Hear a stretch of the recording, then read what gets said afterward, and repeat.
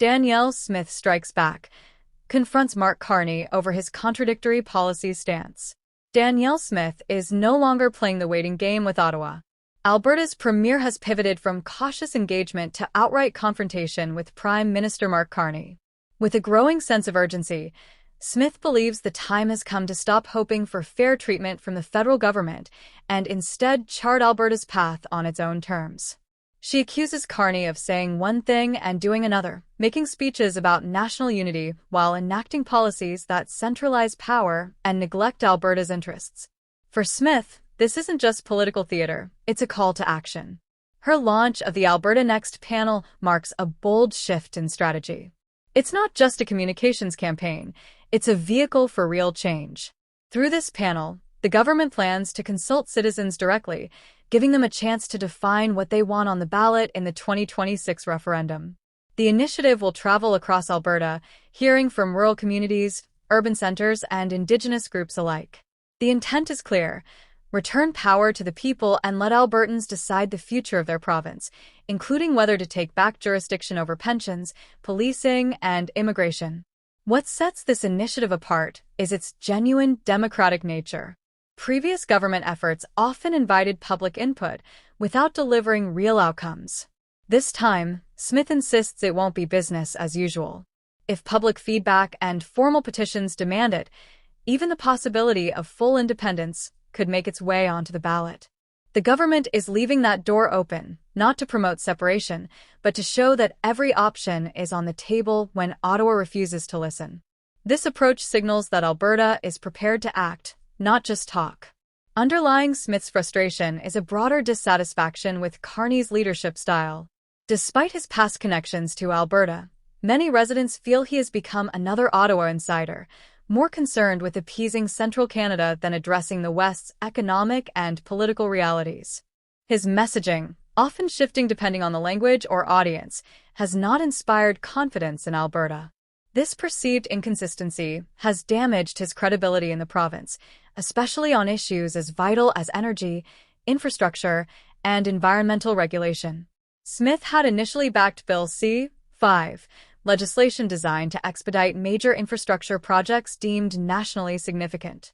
She hoped it would provide a path forward for Alberta's stalled energy ambitions, particularly a long-sought bitumen pipeline to Prince Rupert.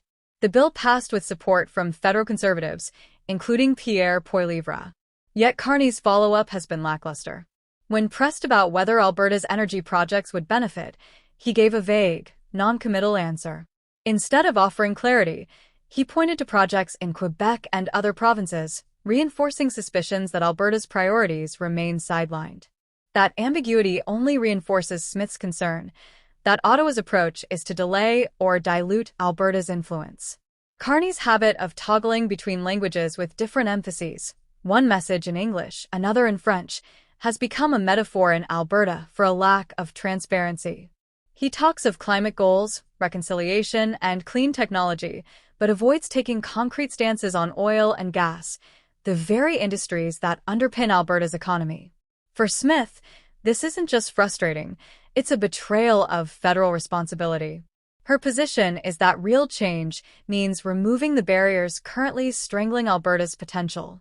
That includes scrapping the proposed emissions cap on the oil and gas sector, which she sees as a punitive measure that would cripple investment and job growth. She also wants to repeal or rewrite federal legislation that has made building new pipelines nearly impossible. From her perspective, Ottawa must stop picking winners and losers and allow Alberta to develop its resources without ideological interference. The disappointment runs deeper than any one bill or regulation. Carney's decision to eliminate the federal consumer carbon tax post-election was initially welcomed by many. But for Smith, the timing raised red flags. She believes it was a short-term political move meant to win votes rather than signal a lasting shift in federal policy. Now that the election is over, she sees no signs of long-term reform or goodwill. Instead, the federal government appears to be returning to its old patterns: centralization, indecision, and neglect of Western concerns. By empowering Albertans through direct democratic engagement, Smith is changing the conversation. She is no longer asking Ottawa for permission, she is offering voters a voice. Through the Alberta Next process, she is turning public frustration into political momentum. While the panel itself is neutral in design, the broader political context makes its implications unmistakable. Albertans are being asked whether they are satisfied with the status quo or are ready to reshape their role within Confederation. Carney, for his part, continues to emphasize national cohesion and the need for long-term planning. He speaks often of balancing economic growth with environmental protection and ensuring fairness for all regions. His allies argue that his cautious tone is meant to reflect the complexity of governing such a diverse country.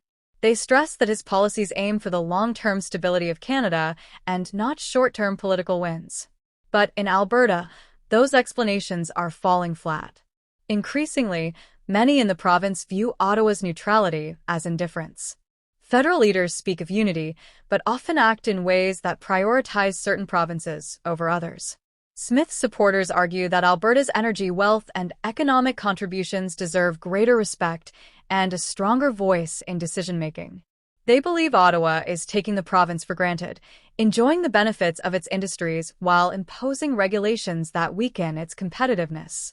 The upcoming 2026 referendum could become a turning point in Alberta's history. While full independence is not yet a mainstream position, the fact that it's even being openly discussed indicates how far the conversation has shifted. What once would have been dismissed as fringe politics is now a plausible option if federal inaction continues. This isn't about protest, it's about possibilities. Smith is making it clear that Alberta will no longer be a silent partner in Confederation. As this political standoff intensifies, the spotlight is on Carney. He must decide whether to double down on vague promises or engage directly with Alberta's demands. The window for cooperation is narrowing, and Smith has made it clear that polite dialogue is no longer enough. If Ottawa fails to meet Alberta halfway, the province may be prepared to go it alone, not out of spite, but out of necessity.